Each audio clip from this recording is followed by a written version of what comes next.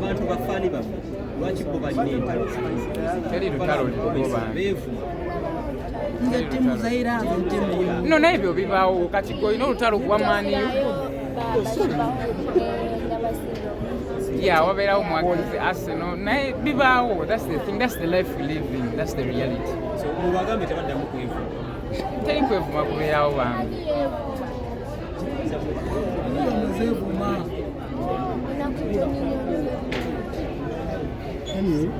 engeri gye kiri official nze nsaba ono atuwaniremu kuba munnange laavu munywezeza omukono kati tugambireyo obugambo omutuusa nga nnya January muna tubayise. Please come and support us. Tugamba tubali n'omukwano mungi ennyo twala ebiri n'etebo y'abantu 5. mukulu baako ky'omugamba omukulu olunga mugamba ebigambo bwebwe ddamu obimwongere ate bimuzira yagala kulaba bigambo byaffe bigamba mukazi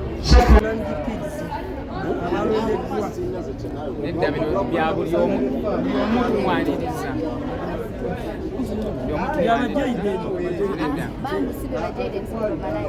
bya buli omu everyone si muto si mukulu everyone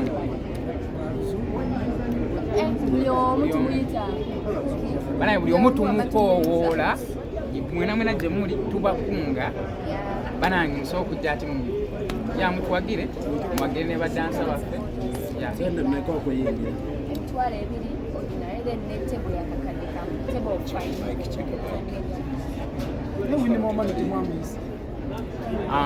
kino ekintu nga bwe nagambye kya buli omu everyone is welcome buli omu tumwaniriza olyani funafuna tukwaniriza special invite chumi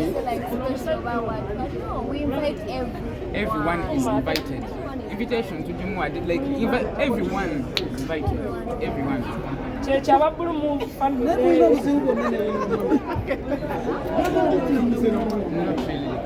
obuzibu nga bubaawo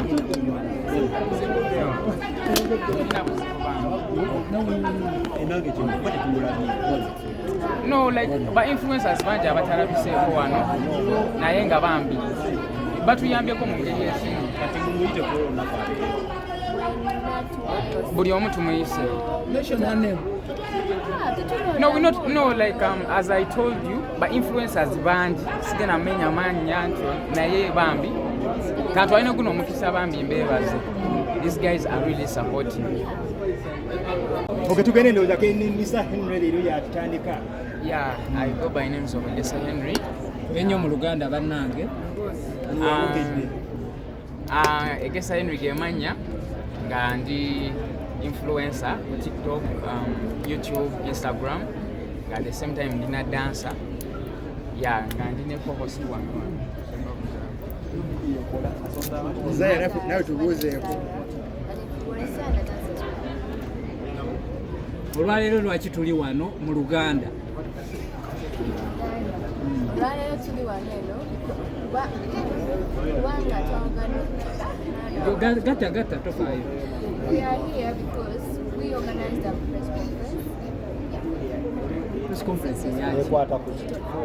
Yeah, so nga bwagambye ongeza kuyayogedde tuli wano ku press conference ya Fit on Fire zino mpaka z'abadansa.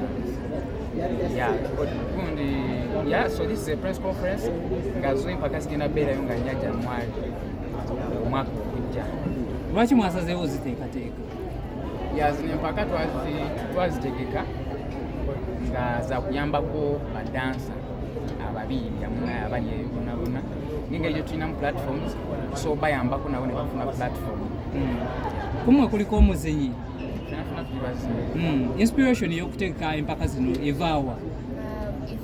Wetegereza bulungi right there waliwo ekipande kiriko and kwendi like personally nandi muto in a group with many girls and boys like bazina. So I felt like nali awo ng'omuntu nendowooza the problems challenges zetwayitamu understand because tuwali TikTok we had to plead to be on stage. So I thought as a personally wetunazuukusa buyambi because dance abantu balinga abali bambera so tulimugezaako kuzza abantu bo kyebeeradda ate nga kiri so useful and important in the country.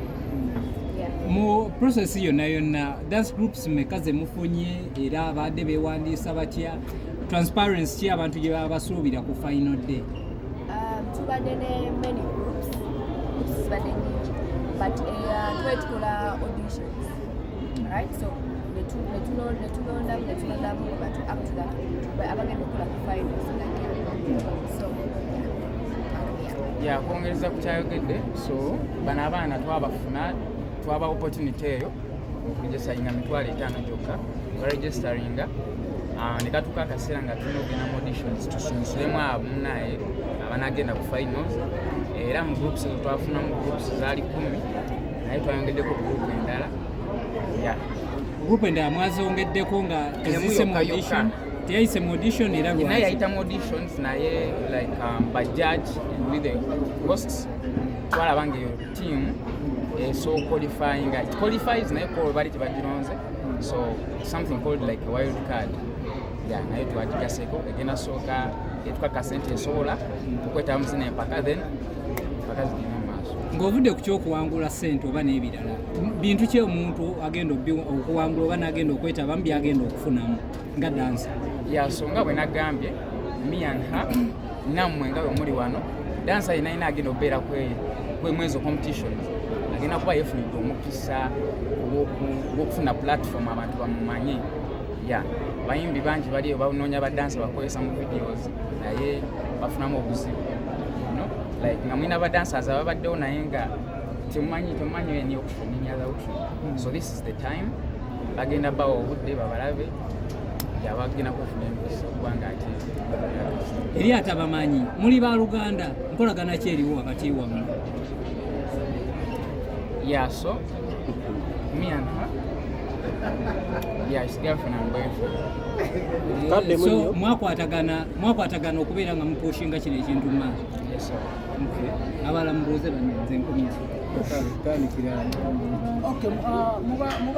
mubadde supportive eri ba artist naye bwetwatwogera artist mu Uganda babadde supportive ku kino ekintu kyammwe kimutandise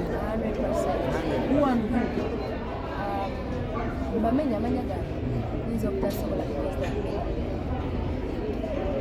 bo bangi babayambye mu ngeri agenda kuyimba kati basasula. And we're using their influence to promote this thing. Mpozi katono nnyo okuva eri wenze. Mmwe nga mmwe ekigendererwa kyammwe ki eri mmwe okusinga ba dancers? Tulina tukola charity. And then after the competitions,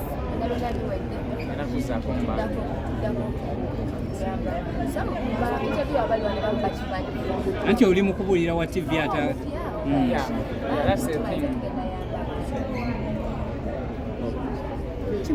kimala ekisembayo omuntu wali tuze tulaba TikTok ab'enjawulo bakola ebintu eby'enjawulo tukitwala nti kino kikulu nammwe kino it's more like that. Tulina ebiruubirirwa byabwemu abyana ekiruubirirwa. Is this going to happen a year after year? It's an annual thing. It's going to be happening every year.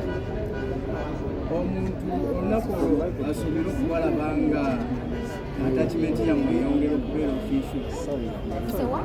Your attachment together. It's already official, right? We're talking about a ring wedding right now. I think we are fine with time, because we talk about blue family. We are blue family. What is the difference behind blue family? You are the blue family. In our fund. It is the blue family. Ekyalo kiri nti abaana bangi bali eyo mu byalo abamanyi okubimbya okubimbya mukoze mutya okuba nga mubakukunulayo nga olaba abasambi b'akapiira bagenda ne banoonya talents basuubire ekitambuza okugenda mu maaso so nga bwe mukiraba kintu kitandika butandisi naye tubasuubiza nti gye bujja mu maaso tugenda sobola obba nga ate n'abaana abo abali eyo tubafunayo omukisa basobola nga tebenyigira mu zino ate era bali eyabagamba nti bino byaba planned pigs abalondeddwa nedda bino bya buli omu tumwaniriza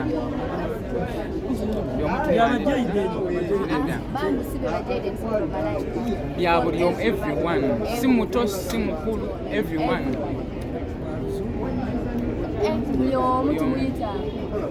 banaye buli omu tumukoowoola mwena gye muli tubakunga banange musobola okujja ati yamutwagire mwagire ne badansa baffe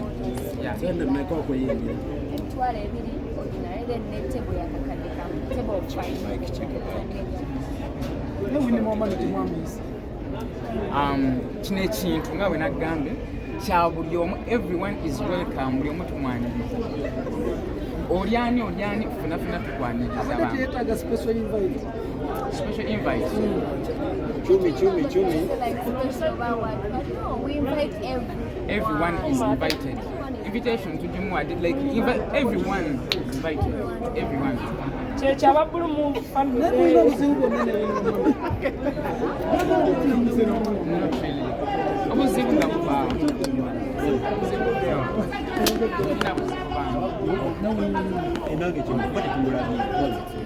no like ba influencers bangi abatalabiseeko wano naye nga bambi batuyambyeko mu ngeri ekimu buli omu tumuyise no like as I told you ba influencers bangi sigena menya mannya ntyo naye bambi kantu alina guno omukisa bambi mbeebaze these guys are really supporting abantu bafaani baffe lwaki bo balina entalo teri lutalo beevu no naye ebyo bibaawo kati golina olutalo kuba maaniyo wabeerawo mwagizi Arsenal naye bibaawo that's the thing that's the life we live in that's the reality so mubagambe tebaddamu kwevu teri kwevuma kubeerawo bambi